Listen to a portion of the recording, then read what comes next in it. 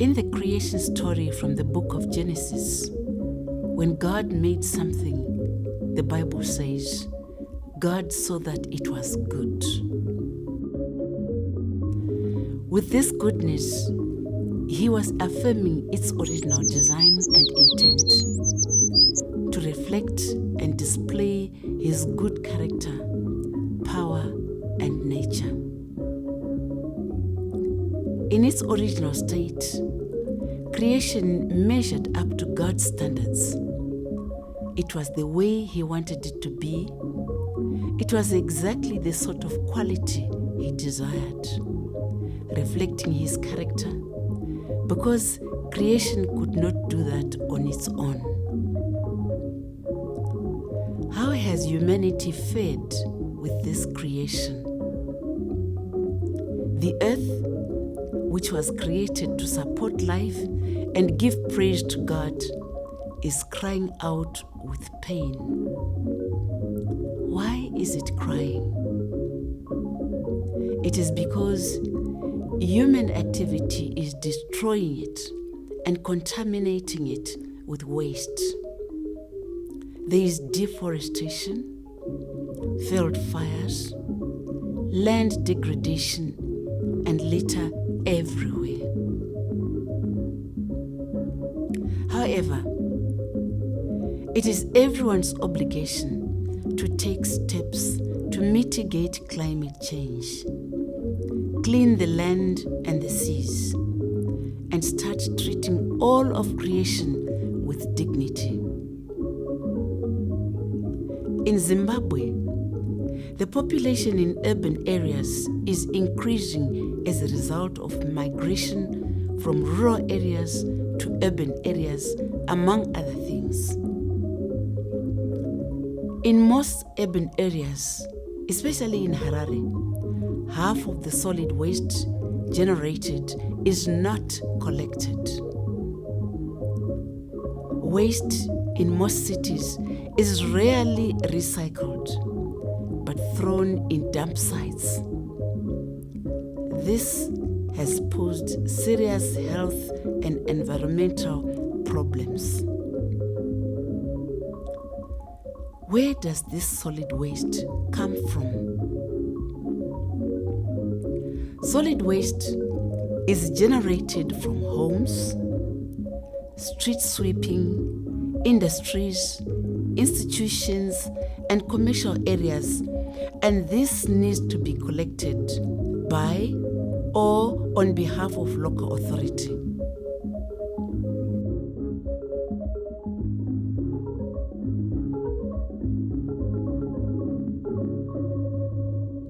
My name is Michael Chideme.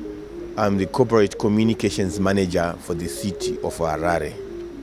Harare is beset with a lot of uncollected litter as we speak today, or litter that has just been thrown wantonly by the residents. Our thrust has always been to sort our litter at source, so that the biodegradable material is either combusted or used in the gardens, right? And then the non-biodegradable material like bottles, plastic, paper can then be put in separate bins so that those who do recycling can come and collect that and then maybe even buy that material from the households, and this becomes money for the households. Yes, we have pilot projects in Harare where we're doing such projects, like in Sunningdale, in Budiriro, where the communities are taking some of those materials to the collection centers and sell them to the collection centers, and then people are now realizing some income from that. My name is Jacob Mafume. I'm the councillor for Ward 17, Mount Pleasant. Refuse collection is a big issue for any settlement. Ordinarily and traditionally, we have a waste collection department in our books, which deals with the management of picking up the waste from residents and also managing the dump sites where we dump the waste However, we have had problems with the economy and the economic downturn, in the sense that it has created a paralysis in the city council in terms of then being able to deal with waste within standards of a modern city, the standards that people are accustomed to, the standard that requires that the waste be recycled, be put in different bins for each type of waste, and that waste is collected at different times or in a different manner, even if collected at the same time, to deal with the issues of recycling. So that is where we need capacity as a council. My name is Loreen Kwenda, the Deputy Director of Emerald Dew Children's Home.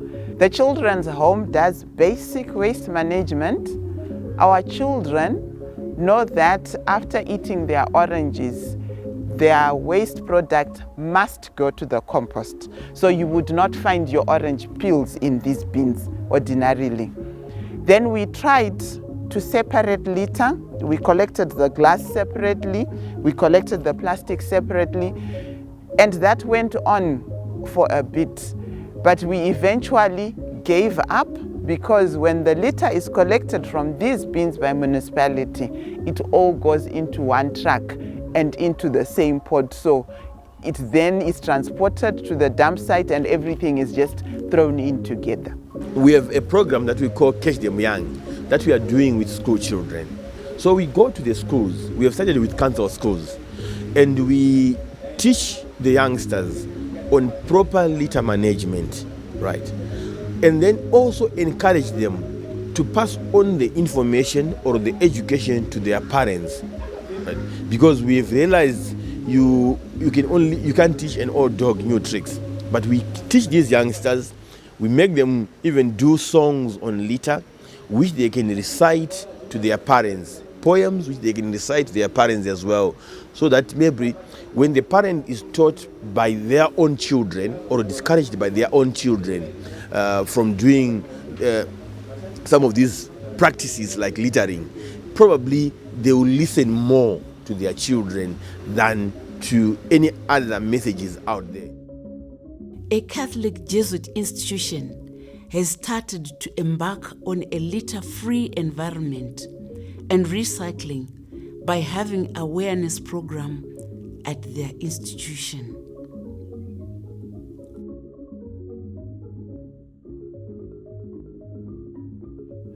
My name is Father Anes Manyere. I'm the director here at St. Peter's Kubatana. St. Peter's Kubatana consists of the high school and the industrial training college. What gave us the motivation to consider recycling, especially plastic recycling, was the fact that we are in a high density area where we noticed and observed that a lot of people throw away a lot of plastics, and these are not recycled. So they end up clogging the drainage, and when the rains come, these cause a lot of disturbances, especially with the outbreaks of cholera, typhoid, and that sort of thing. So, what are the challenges affecting solid waste recycling companies in Zimbabwe?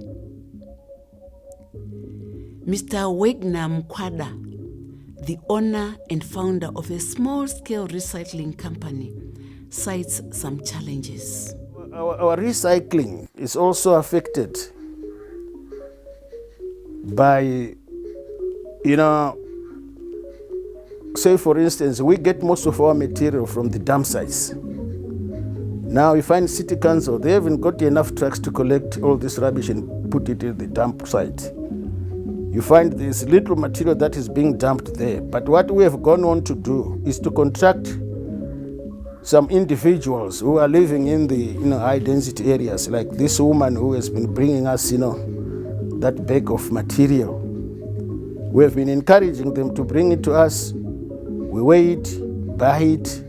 After buying it, then we recycle it. But it's not on a big scale now. The machines that we have got are very old.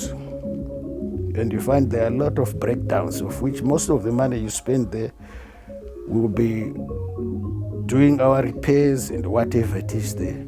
Our wish is to see a recycling plant set up that recycles all this waste, then it means all our efforts with the children would not go to waste. And the children would learn more about their waste management.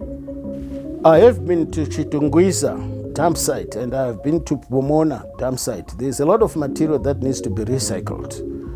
The only limitations that we have got is that we don't have the right machinery to recycle everything there. What we go and do is to select what we can recycle, what our machines are able to recycle, the capacity of our machines. Then we pick up that one there and recycle it and do it and make our own products. Otherwise, if we had bigger machines, if we have enough machines there, we could be doing the recycling at the dump site itself. It would be very important for us if we can partner with someone, especially people who have a financial muscle, so that the dream we have can be realized. We also need expert knowledge in terms of the certain nitty-gritties that need to be done, especially towards the very end, where you now need to come up with not just pelletized plastics, but final product that is as a result of reuse, recycle, reduce. So we are looking at such partnerships if we can get them. And once this is done, I think our dream will be realized and we'll be the happiest people. But not only are we going to be the happiest people, we'll be able to share our joy with others. We are looking at a scenario where we would be able then go to other communities where they have challenges with waste management, and we'll be able to share our dream. We'll be able to share our views and our ideas on how to manage waste, how to reduce plastics, how to reuse plastics, and how to recycle plastics. Councils are on the lookout. All councils have an environmental committee. Those environmental committees deal with how to deal with waste. Where is it dumped? How is it treated?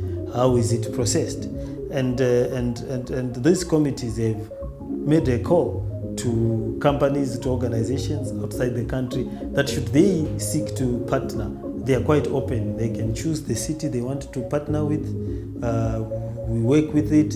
We do encourage these processes of recycling. Not only are they useful to the environment, it is useful to the revenues of the city council and creates a conscientious citizen who is able to at least deal with their waste in a manner that is not harmful to the environment that they are living in. The city plays a very pivotal role because we are the licensing authority. So any company that wants to, for example, to do recycling, they have to apply to council for that permission. And the city is more than willing to provide those licenses so that the recycling can happen.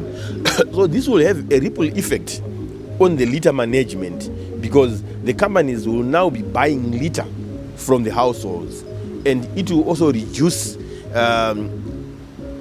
the requirement or the need for us to provide more garbage collection trucks to, say, Pomona.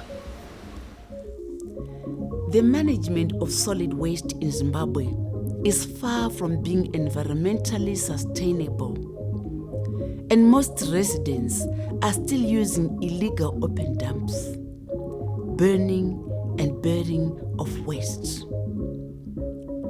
Challenges in recycling are as a result of no separation of waste at source, as evidenced by a critical shortage of litter bins.